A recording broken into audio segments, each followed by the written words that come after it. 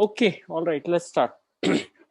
So today we'll see what are the problems with single cycle design, look at its performance, and then we'll briefly look at multi-cycle design because this is something that is not in use.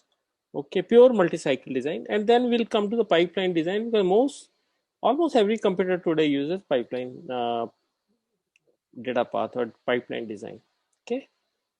All right. So last class we have completed control logic design for single cycle data path.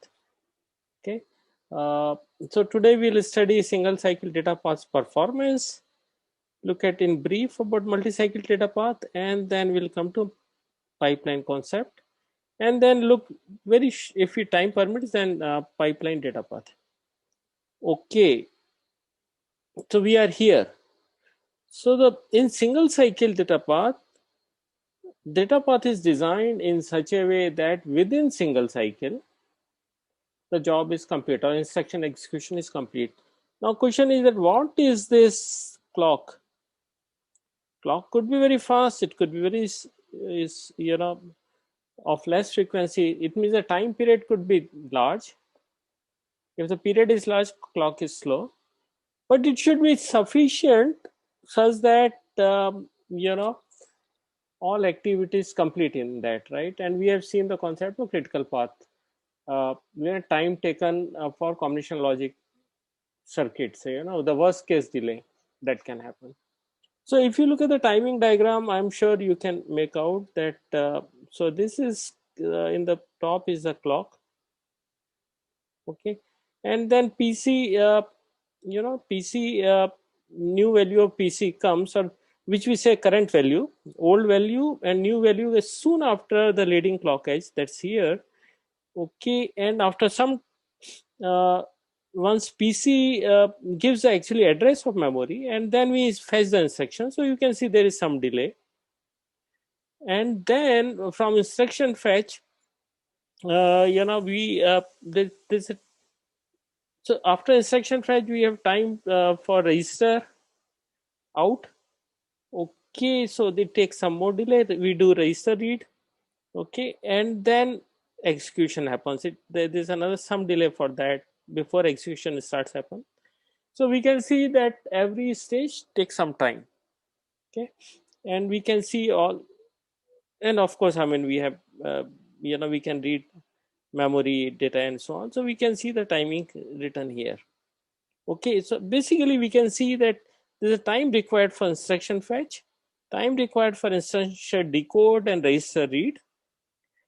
Instruction decode and register read is considered to be same phase, and then time required for execution, and then memory read or write, and then register read or write. Right? That's exactly what we do. Any question on this part? And this is kind of sequential. We do one after the other.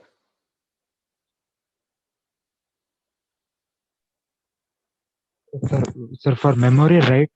It can't happen in this one clock cycle, right? Because we will require a new clock cycle for memory, right? Memory read. Sir, writing to memory. Okay. Why? Sir, because it happens at the positive edge of the clock, right? Okay, all right. So yeah, so you have to see where you start the clock, right? This point we have discussed. If you start the clock here, because before this, at this point, PC, even the current value of PC is not available, right? Current Yes. value of PC available after this, the cycle ends here. Okay, yes. Yeah, so that's the logic, right? That's what we have discussed earlier also. So basically, this leading edge, rising edge is included in the cycle of our design. Okay. Okay. All right, thank you. So now let's see how much time each activity takes. Okay, now it is seen that instruction fetch, it requires instruction memory, and that takes 200 picosecond because reading from memory is usually slow. Okay, then instruction decode or register read, will take 100 picosecond. This is comparatively faster. Then execution takes 200 picosecond approximately. Okay, now when these numbers come up, it basically for certain operation they would have seen how much time is required, and then come out that it takes almost 200 picosecond. Then memory again will take 200 picosecond. Write back into register will take 100 picosecond. So these are the phases. Okay, so it takes overall 800 picosecond. All right. So now, and we can see, okay, for different instruction, how much time is required. We can see in add instruction, we use instruction fetch, instruction decode, ALU operation where we add two register values, but we don't have memory. Okay, and then we have write back. So overall 600 picosecond, and so for others, right? But the maximum time is taken for load word, which has instruction fetch, instruction decode, ALU operation, because we add the offset, okay, to get the address of memory, and then memory read and write back. So all phases are available in load word. So it takes 800 picoseconds. Okay. Now note that this is our single cycle design. This is first cycle. So you execute instruction 1, in second cycle instruction 2, and these are the, so what happens that there is hardware for, if hardware required for instruction decode and register fetch, and hardware required for memory and write back. So you see how much in each cycle instruction fetch, for example, is used only for 200 picosecond. Okay, after that, this is hardware corresponding to instruction fetch is not used. Its turn comes only in the next cycle, then right here. Okay, so this is, it means that there is a, for this much of time, this unit is unused. Okay, so this is not efficient way of doing things. Okay, so, and secondly, you can see in single cycle design, the maximum clock frequency corresponds to 1 by 800 picosecond, which is 1.25 gigahertz. Okay, this is a maximum frequency that we have. Okay, if we increase the frequency further, what will happen? Then we have to, the time will reduce. It means that we will not be able to do these operations. Say for example, in load word will not complete in less than 800 picosecond, right? So we cannot reduce the clock speed. We cannot increase the clock speed further. All right. Any question?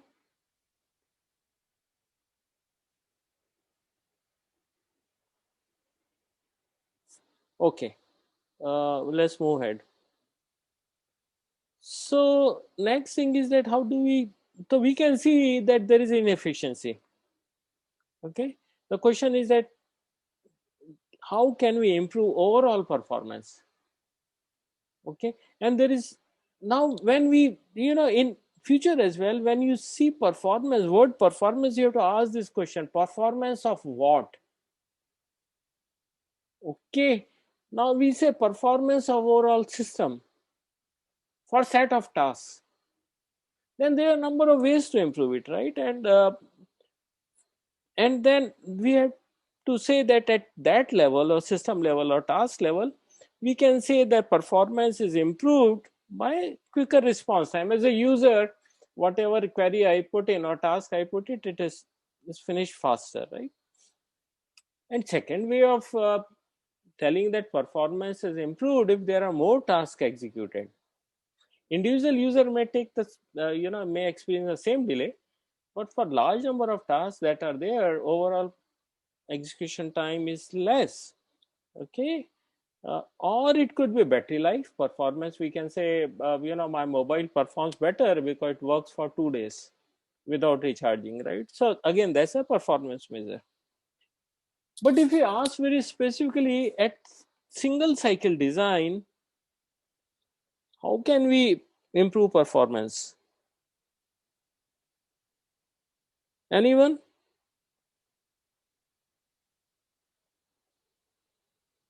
For single cycle design, what is the way to improve performance? Maybe keep all hardware engaged at all times. Maximize. But single cycle we cannot do that, right?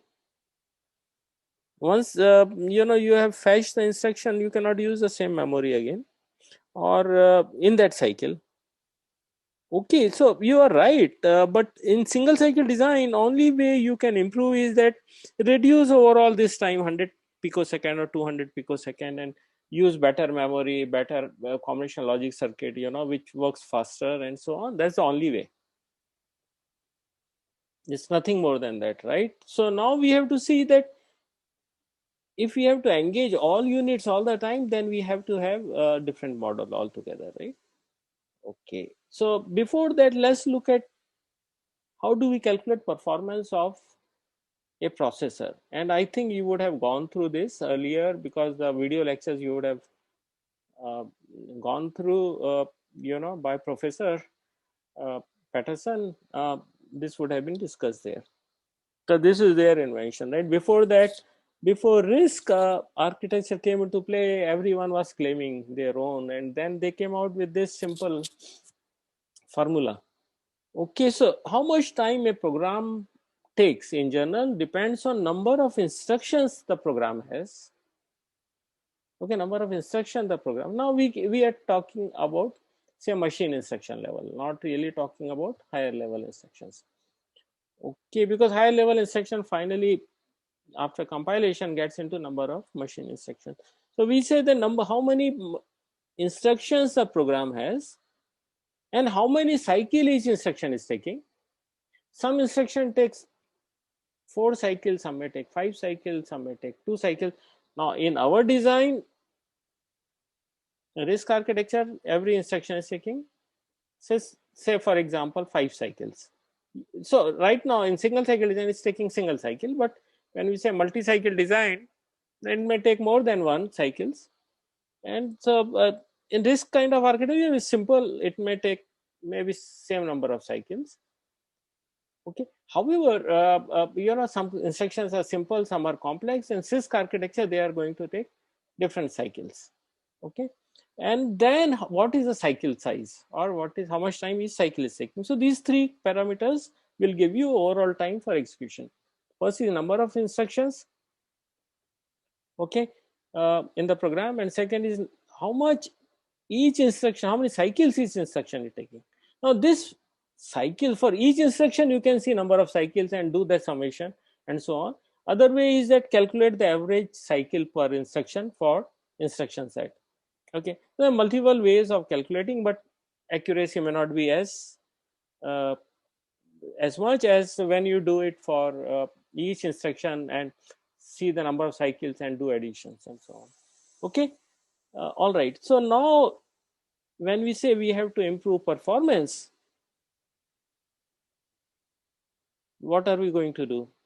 First thing to improve performance is, when we say time to execute a program, it means that when we want to improve performance, this has to go down. Time has to go down, right? Okay. Now we have at this level, number of so we have to see that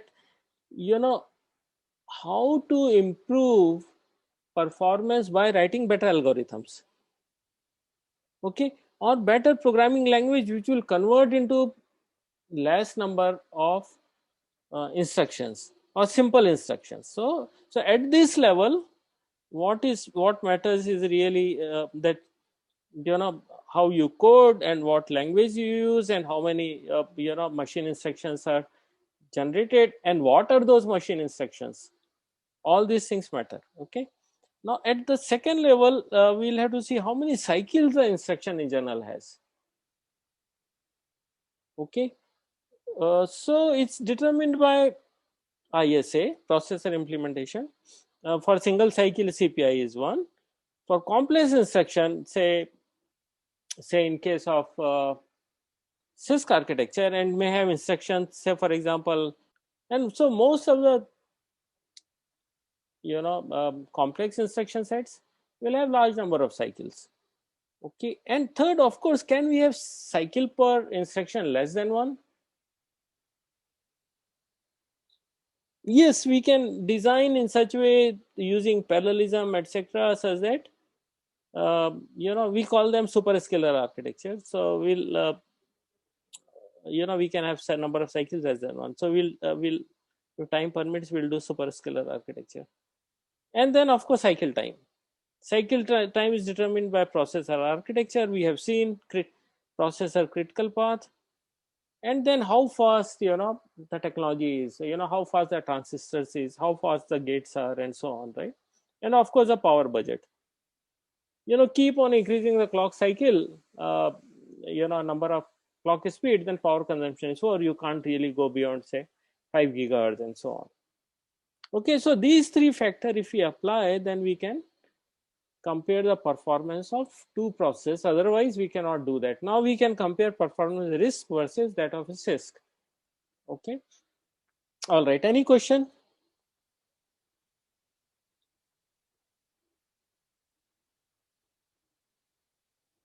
All right. So let's move ahead then.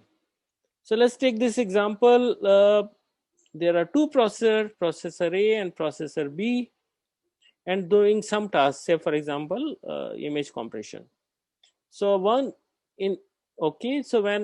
it's compiled, then we'll see that number of instructions for that program or that task is 1 million for processor A and 1.5 million for processor B. It means that there are more number of instructions the processor B is using. Number of cycles per instruction is 2.5, wherein processor B is just 1. Okay, a clock speed is 2.5 gigahertz. This is a faster clock than the other one, which is 2 gigahertz. So overall execution time for this, if you just multiply, you will see that is 0.75 for processor B, where is 1 millisecond for processor A. What does it say? What does this example say?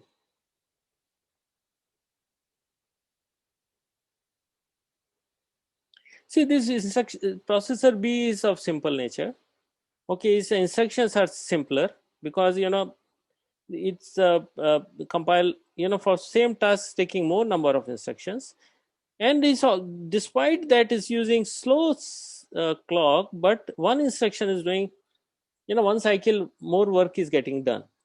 So overall time required for the algorithm to execute on processor B is less. Okay, so this is one way of comparison. All right.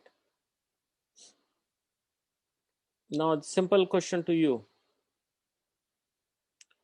Now, one way to improve performance is pipelining, where before, for example, when first instruction goes to second stage, which is register fetch stage, so the second instruction can be in the first stage, which is instruction fetch.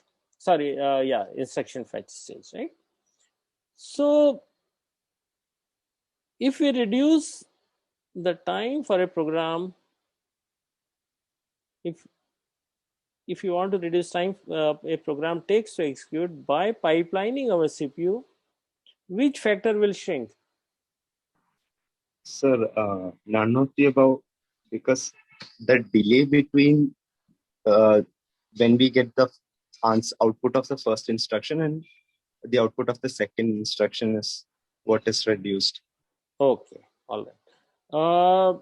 Among the three, it has nothing to do with instructions per program.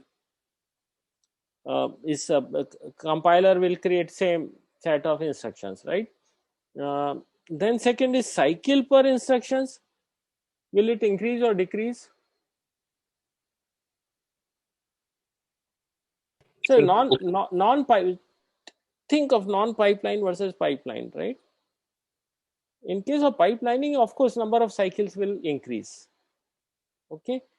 Only thing that we can reduce is time per cycle, and that's the objective of pipelining.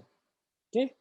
How does it happen? Think of this example which we have taken long back about buffet having 5 counters. Okay, now if we don't have buffet, if we don't have pipelining, it means that one person will go through all 5 stages, and after say 5 minutes, because each stage is taking 1 minute, after 5 minutes person 1 will get everything on plate, and the second person will start only after 5 minutes, right? Okay, so cycle time here is 5.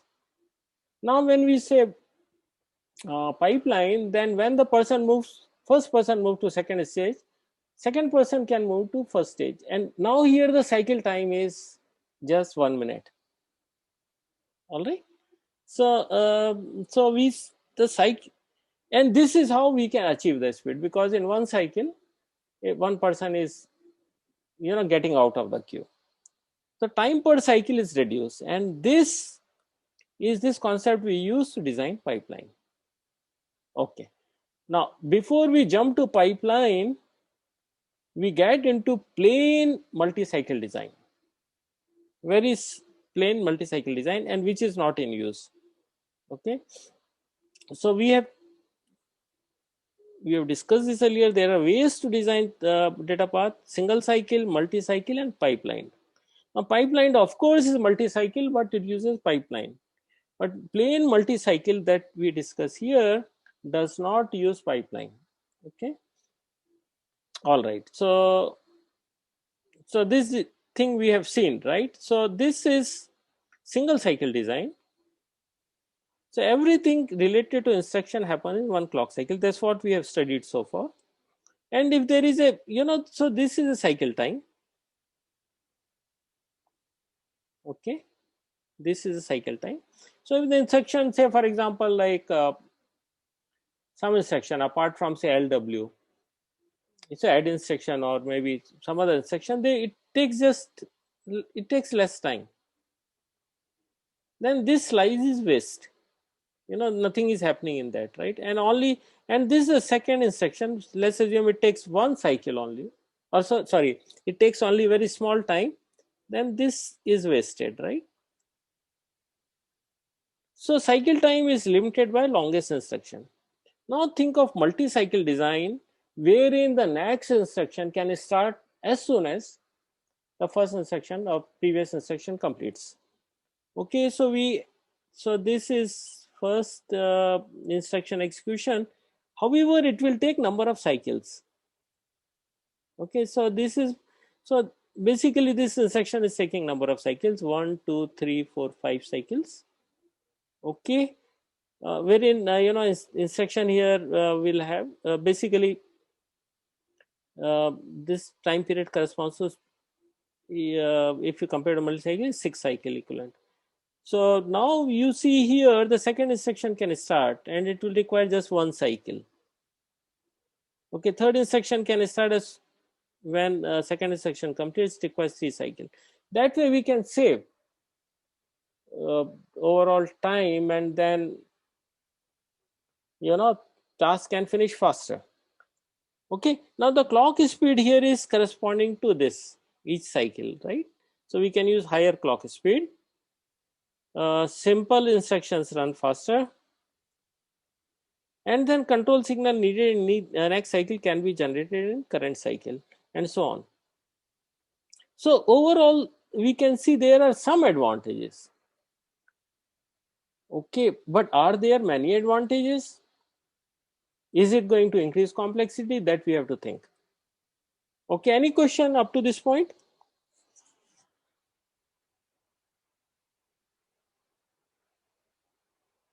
Okay, all right, so let's move ahead then. So this is we'll study multi-cycle design only for very brief, maybe next few minutes. Okay, so this is what happens in multi-cycle design.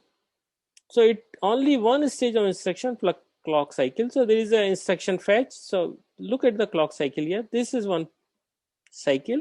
We do instruction fetch, then do instruction decode, then execute, and then memory, and then register write. So these are in each cycle we do this. All right. So only advantage that it has is that the unused stage in particular instruction can be skipped. So if you don't have this thing, okay, then maybe the register write can happen right here. Okay, this is how we design the whole hardware. Okay, all right. So this is one design. Now, in order to reduce cycle time, you can see certain elements which have been inserted. Of course, the diagram here is taken from different source, so it's a different. You can see your control unit in previously we have shown in the bottom. Now control unit is here. Okay, but the essentially same thing. Okay, now you can see there are some extra elements which are non-state element, non-regular state element, right? Okay, so the elements are here that will we'll discuss now. Okay, and there you can see that there is unified instruction data memory, because now there is no conflict because different operations are happening in different cycle. Okay, but we can see is some non-architectural state element like registers to store output from register file and so on. So all these things are there, and also we'll use instruction register, which is not shown here, I guess. Okay, all right. So this is, in order to reduce cycle time, we'll have to look at the maximum propagation time, or maximum time a communicate will take between two state elements. Okay, between, so for example, this and this, we'll have to see how much time it takes, and based on that we can design the clock cycle. Okay, all right. So this is a concept, but going back, what we are trying to save is very small time. Okay, and that's the conclusion, and we'll see that this design, although gives some saving, but introduces a lot of complexity, and this saving is also not too much. People have done some experiments and they found out for one benchmark, which is SPCINT 2000. They ran this benchmark, and this benchmark contains 25% of load kind of instruction, 10% store kind of instruction, 11% branches, 2% jumps, 52% I type instruction. So they have seen that this is most common programs will do this. Okay, and based on that they create benchmark, and for this average cycle per instruction is 4.14. Okay, so now what are you saving? You're not saving much. Some instruction will take 4 cycles, some will 3 cycles. Okay, so you can start few cycles earlier, but if average in general is taking 4.14 and overall number of cycles taken is, say for example 5 or something, then saving is not much, so you don't get much benefit.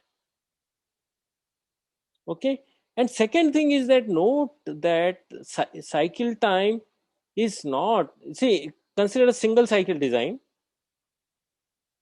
right?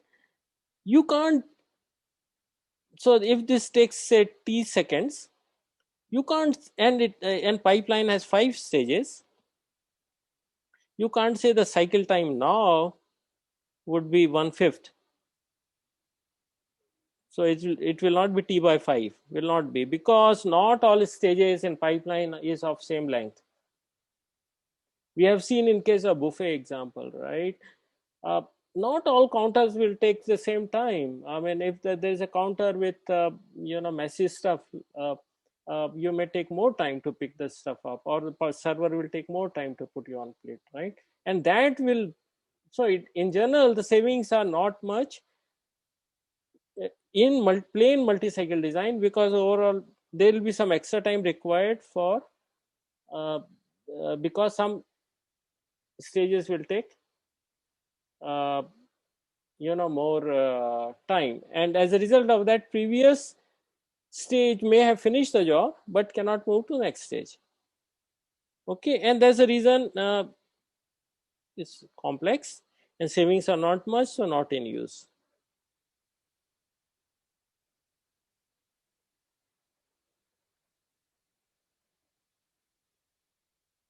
Any question? I have tried to combine here a little bit of concept which is different.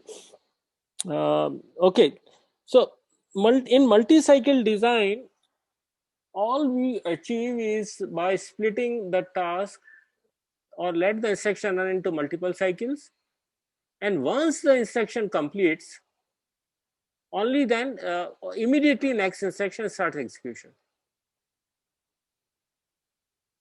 Okay, all right, any question?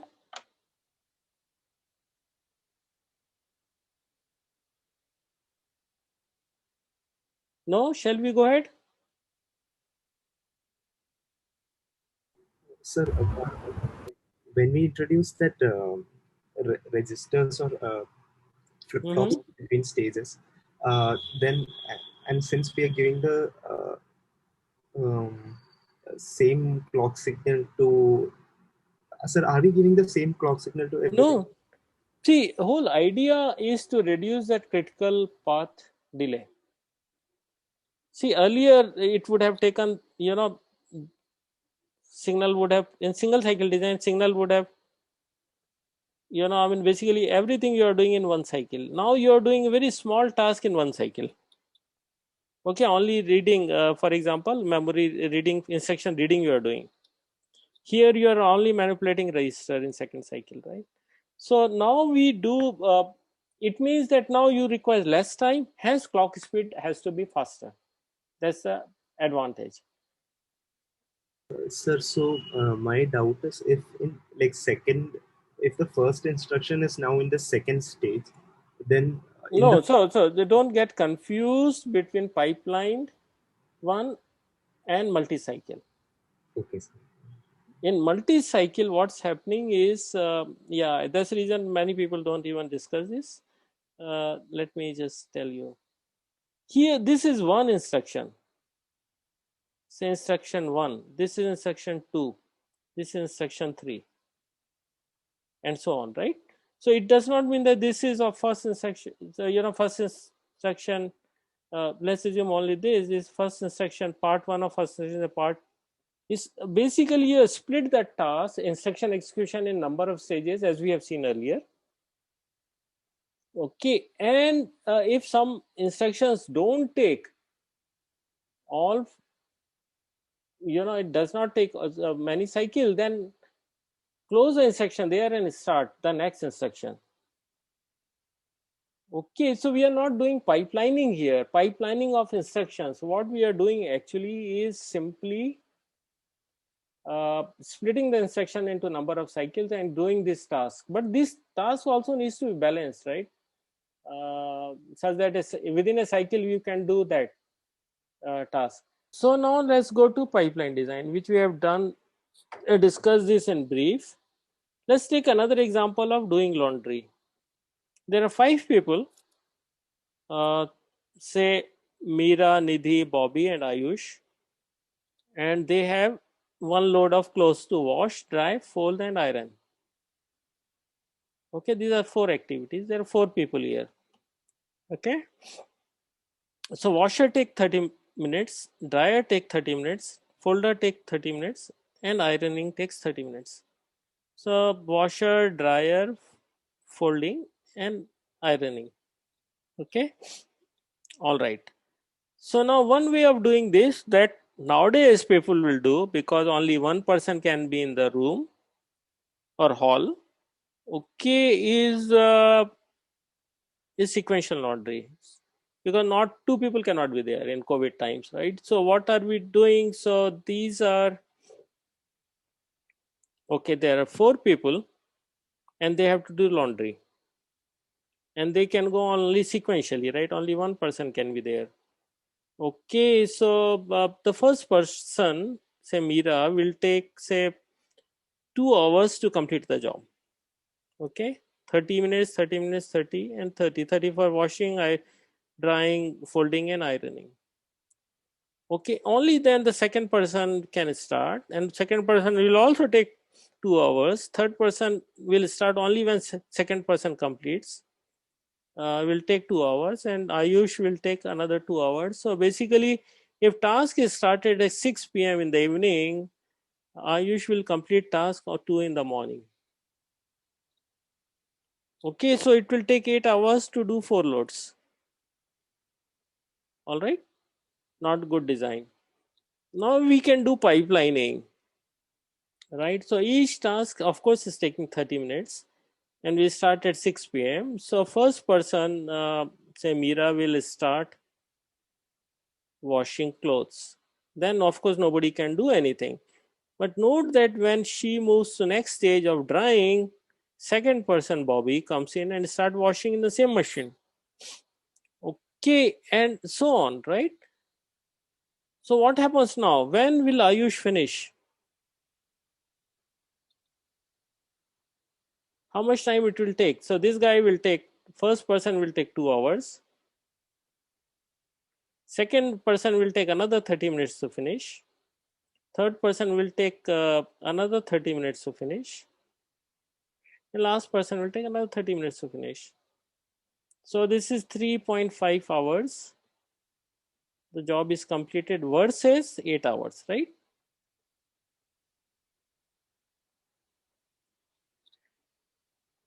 Now, how much time each person takes to finish? Look at individual person, right? Individual person will still take 2 hours to finish, right? The task is of 2 hours. So individual task still takes 2 hours. But overall efficiency of system is more. Now we can finish all the tasks in 3.8 hours versus 8 hours. All right. So there's an advantage. We get speed up. Overall system level, we get speed up. Now at individual level, it takes almost same time, or in pipelining, it may take more time, for example, in some cases. But overall, okay, but one way of looking at it is that the person gets early turn, right? For example, Bobby would have waited for 2 hours to start work. Now Bobby can start the task after 30 minutes. Okay, so at 6:30 he can start. Okay, so these are the advantages. Any question?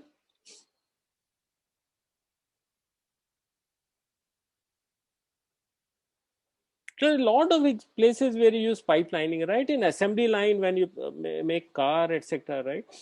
You would have seen videos of pipelining happening there. Okay. All right. So now let's look at. Okay. All right. This point we have throughput of system goes up. So what we see is a multiple task operating simultaneously using different resources. Okay, so you can see the washer is being used continuously. Same dryer is being used, ironing is being used simultaneously. All right. So what is the potential speed up that we can have?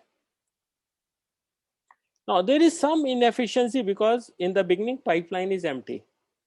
When first person moves in, then all 3 stages, that is drying and folding and ironing are empty. But let's assume when pipeline is full, after some time, then we get one task completed every 30 minutes. Okay. Okay, earlier it was taking 2 hours, now it's taking 30 minutes. So what is the speed up? Speed up is equivalent to number of stages, right? Number of units. So here number of stages in pipeline is 4. So we have potential speed up of 4 times. Speed up of 4. Because now, almost is 4 times faster. All right.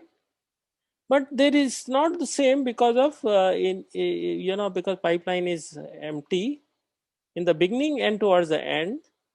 Okay, so now we are taking 3.5 hours. And so we have 2.3x speed because of, in the beginning of this stuff, right? But potential is 4x, right? When after some time, when is a full and the continuous stream of students coming in, then you take measurement in between, you will see that potential is almost 4. Or if this task goes on for weeks and months, then you will see it's reaching approximately 4. All right, now let's see that washer, we get a new washer, we want to improve performance, and we get a technology improves and washer takes just 20 minutes instead of 30 minutes, right? And same, then you have better ironing available, so it takes also 20 minutes. What performance improvements you can gain out of it? Is it substantial or there is a bottleneck? So there is a bottleneck of this. Bottle. Yes, because there is a person before that. For example, if say, let's take for example, ironing guy is going to take is a faster, right? Okay, it's fine, but if something okay, this is the last stage, so it's simple. But for example, if you take this case, right, this guy has finished washing in 20 minutes, but guy ahead of it is still going to take 30 minutes. Okay, it means that this guy has to wait for 10 minutes, so 10 minutes is wasted. Now the pipelining thing works beautifully if all the stages are going to take same time. Otherwise it's not going to take same time, right? I mean, if the different stages take different time, then we'll have to seek the worst case time taken by some stage, right? All right. So we have to balance the pipeline in order to achieve the maximum speed up. Okay, so unbalanced length of pipeline stages reduces the speed up. Fine, good. Any doubt? Any question?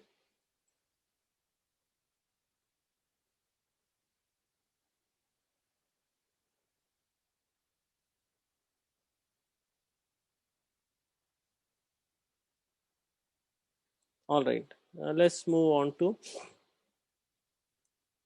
pipeline data path now. So now you think, say now you contrast only this with single cycle design. So when don't think of multi-cycle design that we discuss in brief. Okay, just think of each instruction is going to take multiple cycles and we are pipelining it. It means the second instruction can come into data path when first instruction is still in execution and so on. Okay. Okay, in order to reduce cycle time, we'll have to look at the critical path. Okay, now the critical path is between two state elements. Okay, all right, it means that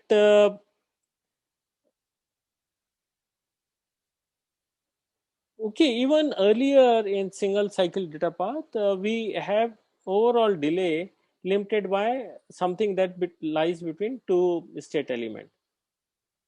Okay, so in order to increase the clock cycle, in order to increase the clock time, reduce the clock time, we'll have to look at this critical path. Okay, now so critical path delay we can reduce by introducing registers in between. Okay, but register by themselves also going to take some time. Okay, so this may increase some inefficiency, or it may overall time taken by introduction of registers will be little more. Okay, however, they reduce or significantly reduce the critical path and increases our frequency, time frequency. Okay, so earlier this was the case. Now if we put a state element, then overall time taken is almost half. So we can increase the clock speed by say 2 times. Okay, so that's the concept, but this also introduced some delay, which is kind of negligible. Okay, now let's move into representation of pipeline.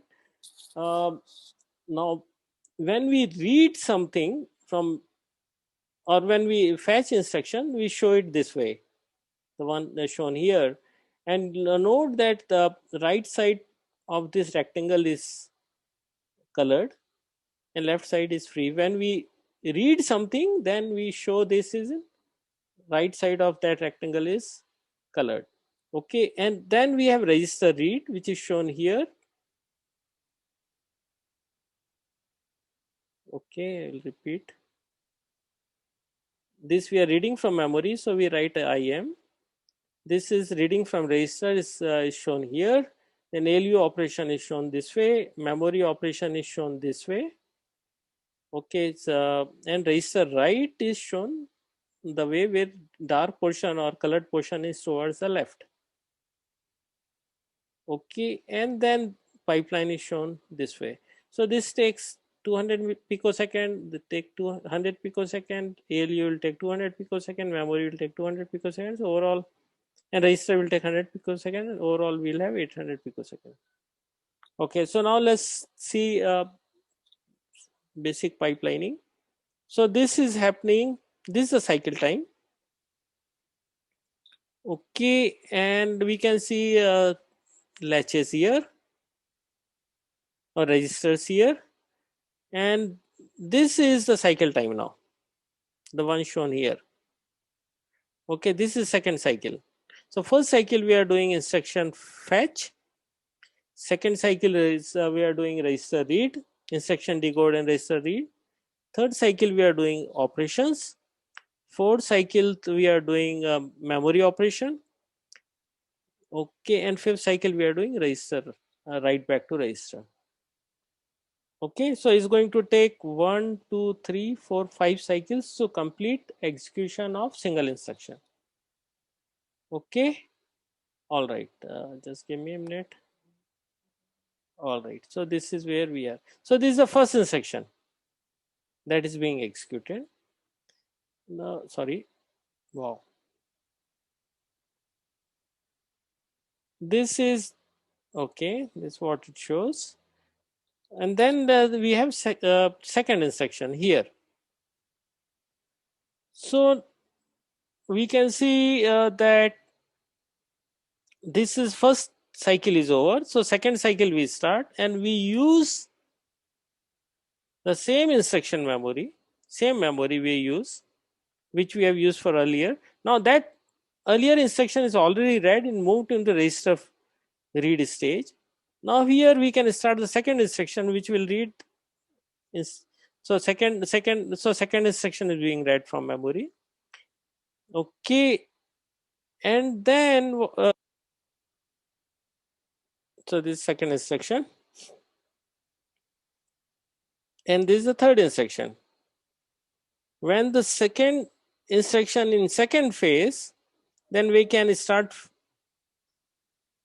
fetching the third instruction. Okay, all right, and so on. So we can see at any point in time what exactly is happening. At third clock tick or the third clock cycle, we can see the first instruction is in execution stage. Okay, I mean ALU operations are happening, and the second instruction we are reading registers. Okay, and third instruction we are in fetching third instruction. So these are the parallel things that are happening, and it's the same pipeline that we are using. Note, it's exactly same thing. This is the same IM, this is the same ALU, and these are the same registers. So these are being used at different times. Okay, all right, any question?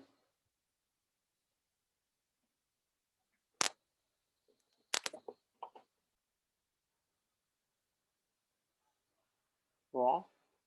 Fine. Now, per pipeline performance is totally depend on if, I mean, whether stages are properly balanced or not. Okay, and how many stages are there. Okay, so speed up is mainly due to throughput, increased throughput. Okay, but latency for each instruction doesn't decrease. Each instruction by itself takes the same time. I mean, if in the buffet queue, you will still take 5 minutes to come out of it, but overall number of people will finish and some time will be faster. That's it. Okay. So it takes longer for first instruction to finish, but every subsequent instruction finishes faster. That's fine, that we have studied. So let's in brief, and next 5 minutes, let's close. So pipeline performance, let's take this example.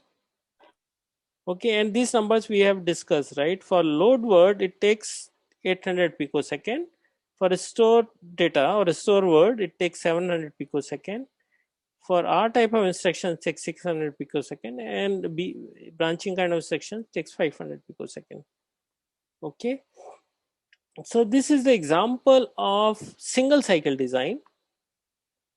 So if when first instruction is over, because this is one cycle, second instruction is going to start, and so on. Okay, all right. And this is all not visible to us. It's happening. It's just single cycle. We can't see. There's no stages. Although we have shown here timing, but it's just happening continuously. While in pipeline, we can see that we'll have to look at, when we design pipeline, we'll have to look at which stage is taking maximum time, and then each stage has to be.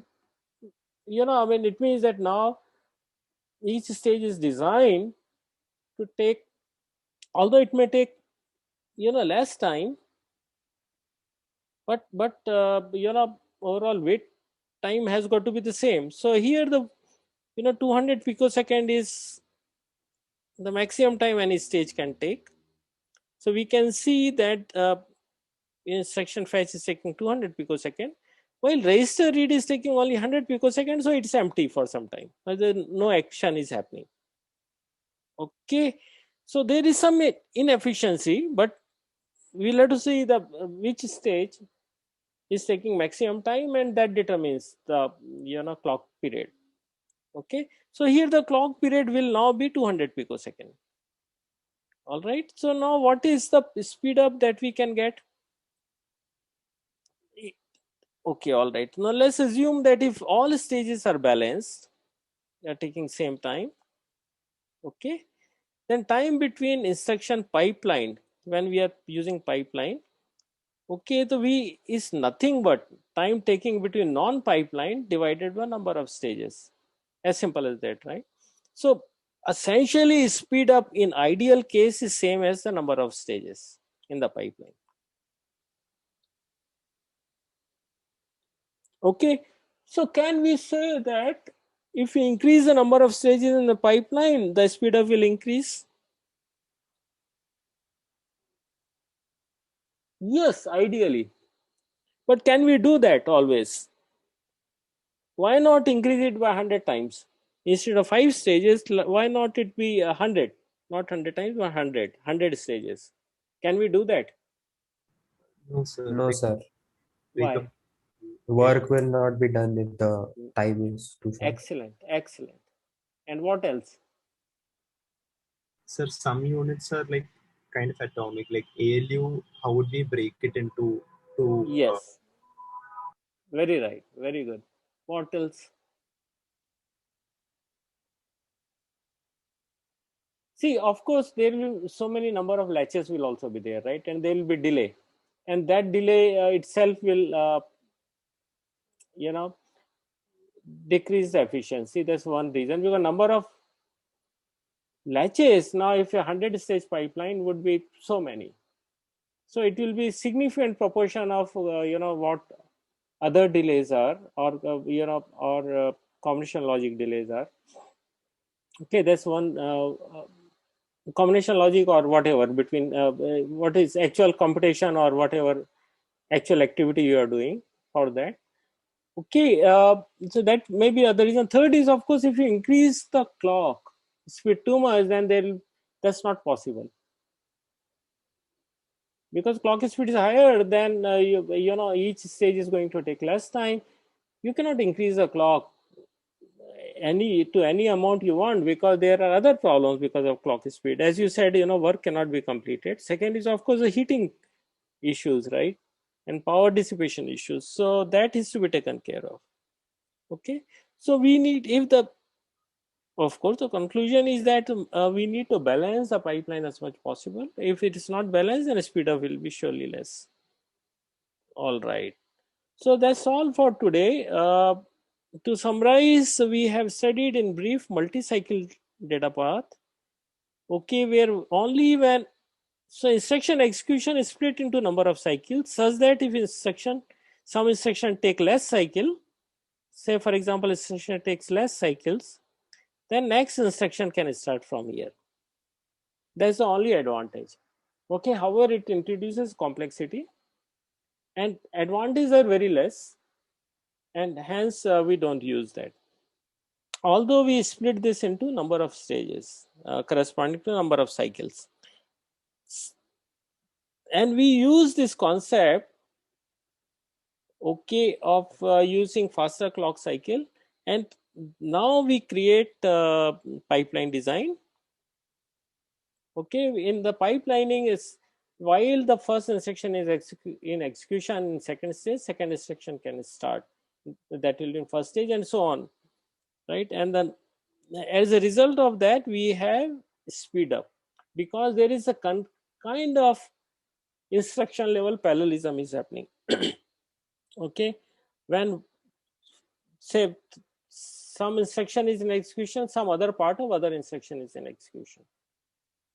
Okay, and because of that, we achieve overall higher throughput and speed up. Okay, now you start thinking now, what problems pipelines can introduce? There are many problems, not just one problem. It could be many problems, like in the buffet queue. Okay, a person who is ahead of you wants to take something from previous counter, from your counter, right? It happens. That's one way. There could be many other ways. Just think of it. Okay. All right. Any question before we close?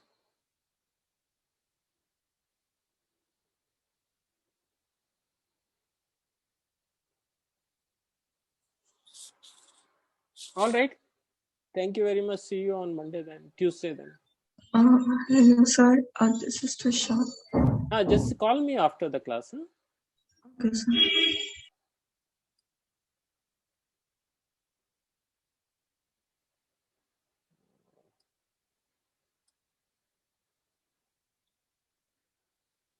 Oh, I forgot to record.